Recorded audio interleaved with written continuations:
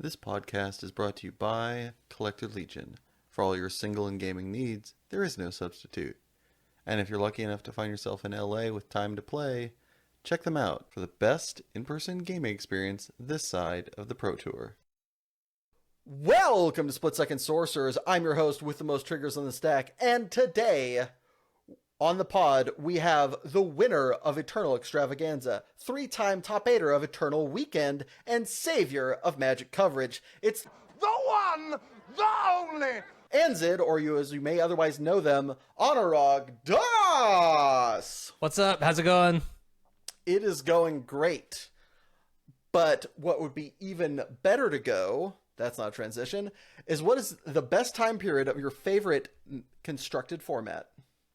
This is a no-brainer. It was the quad predict, one Jace the Mind Sculptor, double Entreat the Angel list that I used to play. It was like right after Grand Prix Richmond when I realized I could play 18 draw spells in my Legacy deck and not get punished.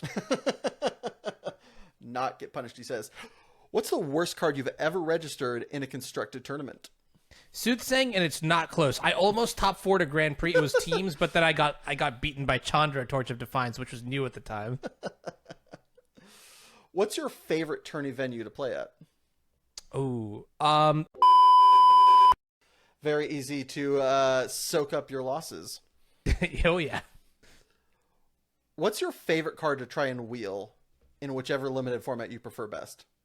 I'm a Storm player through and through. The caveat is that like I draft Storm, I fail. I draft Storm, I fail. I'll try, and when I succeed, I'll play like one game and then go back to the draft tables to try again. So you're a Storm player, got it. What was your biggest Magic level up moment? Ooh, there was an article that came out, and I want to say 2014 by Reed Duke, and it was a self-introspection. I guess that's redundant, but Reed looked at why.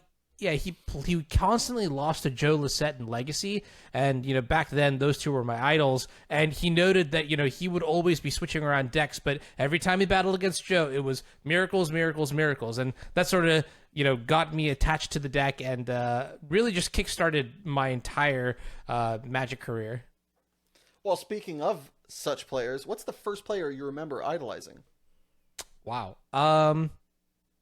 That is really tough. I think it was Jerry Thompson back in 2012, 2013. Restoration Angel, targeting Augur of Bolas, equipping Rune Enchanter's Pike, swinging in for lethal. Those are the days. Join the club. What's the biggest or most embarrassing punt you've ever committed? Oh, I'm NDA'd. I'm not allowed to say. My legal team has told me not to talk about these. I'll allow it. What's the first Magic card you remember? Period. Doesn't matter context. Doesn't matter if it was the card or just the picture.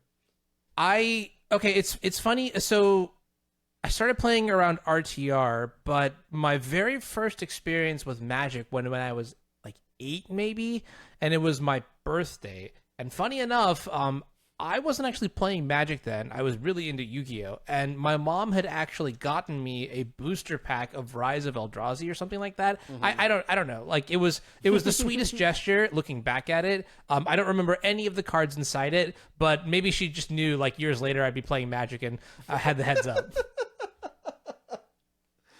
If you could change one thing about Magic, whether it be structure, bannings, unbannings, whatever, what would it be? Oh, the reserve list. Crumple it up and throw it in the trash can, please. I love that you're saying that as a proud owner of many pieces of paper on that. Absolutely. I would love to play against you, your friends, at a brewery with beer, and it's okay if it spills over my cards because I'm having a good time. Okay, actually, never mind. I take that back. Reasons to double sleeve. Yeah. What's your favorite non-MTG story from an MTG trip? That one's kind of interesting. Favorite non-MTG story. Honestly, it is kind of a blur, but I feel like almost every time. Oh yeah, there was this one time I was at a Magic tournament and somebody stole my friend's bag, and then they like using air tags were able to track down like where exactly they were. Never got the stuff back, but it's kind of funny that technology let us go that far. That was almost a happy ending, and then we got debated at the last moment. If Magic stopped existing, what game would you pick up to fill the void? I've been playing a lot of Teamfight Tactics lately. That game is phenomenal. It's also something that I get to play a little bit casually because I'm not very good at it, but that's definitely the direction that I'd go. How is that different than Magic? Yo! All right. What's the most difficult match you've ever won? Oh, man. It's 2018. Again, I say this name for the third time maybe, but it's GP Reed Duke. And I actually play against the end boss in round 15. And Reed at this point had cast like quadruple him to Torok, triple Force of Will. And honestly, this is also one of my most like this maybe my second most level up moment just like ever. But I was able to come back with no cards in hand. I almost decked out. I had like 2 or 3 cards left in my library and drew my whole deck, sequenced top deck Terminus on the end step of Reed's turn into slam my mentor into make 7 tokens or something like that. And I won against his active Liliana. What is it called? The 3-mana Liliana, not of the Veil. Yeah, the Last Hope. Liliana, the Last Hope. That emblem had been in play for like 4 or 5 turns. I was so shocked that I had won. What's your favorite deck you've ever played? Oh, this is a no-brainer. I believe... Turn 1 top, turn 2 counterbalance. Let's go all day, every day. What was the first Magic card you ever remember hating? Cavern of Souls. Oh, my goodness. Yeah. What a miracle's answer. I know. I think it's funny because Cavern of Souls... Cavern of Souls was legal like when I was playing Standard, and already because it was like a Naya Blitz or something, and at that point I was already just like, I am not about this card. What do you mean I can't interact with it? Huh? Hello? I cannot play counterspells. Say what now? What's that? All right. Well, my producer has just informed me that we've reached our lighting budget for this episode. So to end this pod, I need to ask you a brain melter, a question of all questions. Okay. Pancakes or French toast? Oh, you weren't joking.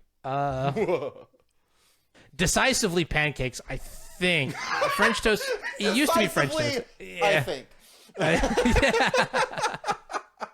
Well, as we come to a close here, do you have any upcoming tournaments the fans can sweat you in, or perhaps a place where the good people can find you or your content? Yeah, absolutely. www.twitch.tv/unzidmtg if you want my content. There'll be a lot of coverage of large-scale events, 20Ks, 25Ks from around the country. Also, brought back the Modern Super League, so that's pretty sweet. If you want to see the best players in Magic the Gathering battle, twitch.tv/unzidmtg on Wednesdays at 1 p.m. PDT. Well, that does it for this episode. Thank you to my guests, Anurag, Richard Garfield, and you, the viewer.